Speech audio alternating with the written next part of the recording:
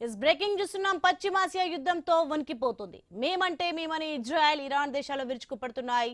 ఈ వార్ ఇప్పట్లో ఆగిపోయేలా కనిపించడం లేదు. భీకర దాడులతో అటాక్ చేసుకుంటున్న ఇరు దేశాలు. బ్రిటన్, అమెరికా సంయుక్త సైనిక స్థావరం డిగో గార్సియాపై ఇరాన్ బాలిస్టిక్ క్షిపణులు ప్రయోగించింది. ఇక ఈ దాడి ద్వారా సుదీర్ఘ దూరంలో ఉన్న లక్ష్యాలను కొట్టగలమనే సంకేతం చూపించింది. అటు ఇరాన్లోని కీలక అణుశుద్ధి కేంద్రమైన నతాంజ్ పై శనివారం అమెరికా బాంబుల వర్షం కురిపించింది. ఇక మరోవైపు అమెరికా అధ్యక్షుడు ట్రంప్ కీలక ప్రకటన చేశారు. యుద్ధాన్ని ముగించేందుకు పరిశీలిస్తున్నామన్నారు. తాము అనుకున్న లక్ష్యాలను ఛేదించినట్లు వెల్లడించారు. ఇక ట్రంప్ చెప్పిన ఈ ప్రకటన కాసేపటికే వచ్చే వారం ఇరాన్ పై తీవ్ర స్థాయిలో విరుచుకుపడుతుందంటూ ఇజ్రాయెల్లో ప్రకటించింది. ఇక పశ్చిమాసియాలో ఇజ్రాయెల్ భద్రతకు, అమెరికా ప్రయోజనాలకు పొంచి ఉన్న ముప్పు తొలగిపోయే వరకు ఆ దేశ పాలనా యంత్రాంగాన్ని, కమాండర్లను, వ్యూహాత్మక సామర్థ్యాలను లక్ష్యంగా చేసుకుంటామని ఇజ్రాయెల్ రక్షణ మంత్రి ఇజ్రాయెల్ కట్జ్ తెలిపారు. యుద్ధ లక్ష్యాలన్నీ సాధించే వరకు విశ్రమించేది లేదని పేర్కొన్నారు. ఇక మరోవైపు ముడి చమురు ధరల నియంత్రణపై దృష్టి పెట్టిన ట్రంప్ యంత్రాంగం ఇరాన్ చమురు విషయంలో కీలక నిర్ణయం తీసుకుంది. గతంలో విధించిన ఆంక్షలను తాత్కాలికంగా ఎత్తివేసినట్లు ప్రకటించింది.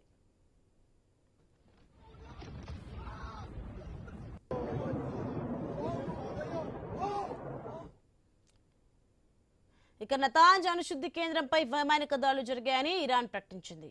అణు కేంద్రం నుంచి ఎలాంటి రేడియేషన్ వెలువడలేదని పేర్కొంది. దాడి సమాచారాన్ని ఐక్యరాజ్య సమితికి చెందిన అంతర్జాతీయ అణు ఇంధన సంస్థకు అందించినట్లు పేర్కొంది. తాము దాడి చేయలేదని ఇజ్రాయెల్ సైన్యం పేర్కొంది. అమెరికా చేసిందా లేదా అన్న విషయంపై స్పష్టతనివ్వలేదు. నతాంజ్ పై ఈ నెల తొలి వారంలోనూ దాడి జరిగింది. ఇక ఈ అణు కేంద్రంపై దాడిని రష్యా ఖండించింది.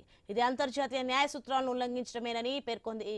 ఇరాన్ పై సాధించిన సైనిక విజయాలను వివరిస్తూ ట్రూత్ సోషల్ వేదికగా ట్రంప్ పోస్ట్ పెట్టారు. ఇరాన్ పై సైనిక చర్యను ముగించే విషయంపై ఆలోచిస్తున్నట్లు వెల్లడించారు. ఇరాన్ క్షిపణి సామర్థ్యాలను, వైమానిక, నౌకా వ్యవస్థలను పూర్తిగా ధ్వంసం చేసినట్లు తెలిపారు.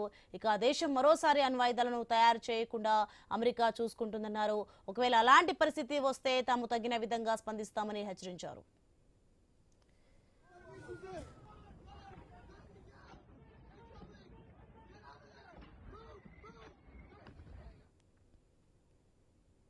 ఇక ఇరాన్ పై తీవ్ర స్థాయిలో దాడులు చేసిన అమెరికా ఆ దేశ చమురుపై తాత్కాలికంగా ఆంక్షలను ఎత్తివేస్తూ నిర్ణయం తీసుకుంది. వచ్చే నెల 19 వరకు ఇరాన్ చమురును ఏ దేశమైనా దిగుమతి చేసుకోవచ్చని అమెరికా ఆర్థిక శాఖ మంత్రి స్కాట్ బెసెంట్ పేర్కొన్నారు. ఇప్పటికే నౌకల్లో ఉన్న ఇరాన్ చమురుకు మాత్రమే ఈ మినహాయింపు వర్తిస్తుందని స్పష్టం చేశారు. యుద్ధం కారణంగా పెరుగుతున్న ముడి చమురు ధరలను నియంత్రించడానికి అమెరికా తీవ్ర ప్రయత్నాలు చేస్తోంది. అమెరికా నిర్ణయంపై ఇరాన్ స్పందించింది. ప్రస్తుతం అంతర్జాతీయ మార్కెట్లకు సరఫరా చేసేందుకు తమ వద్ద అదనపు చమురు లేదని స్పష్టం చేసింది. చమురు సరఫరాపై ఆందోళనలు తగ్గించేందుకు కొనుగోలుదారులకు భరోసా ఇవ్వడం కోసం అమెరికా ఈ ప్రకటన చేసిందని ఆరోపించింది.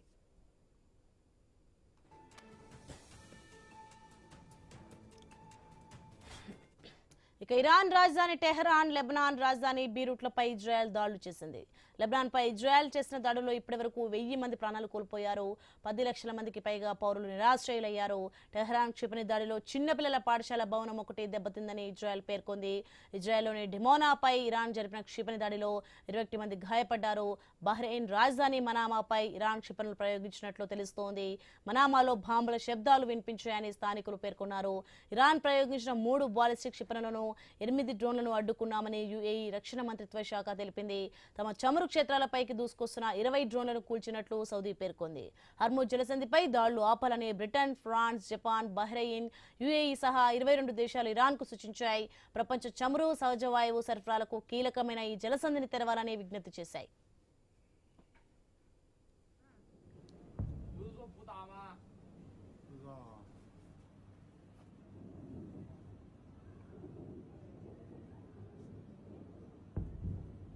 会掉到这进来吗？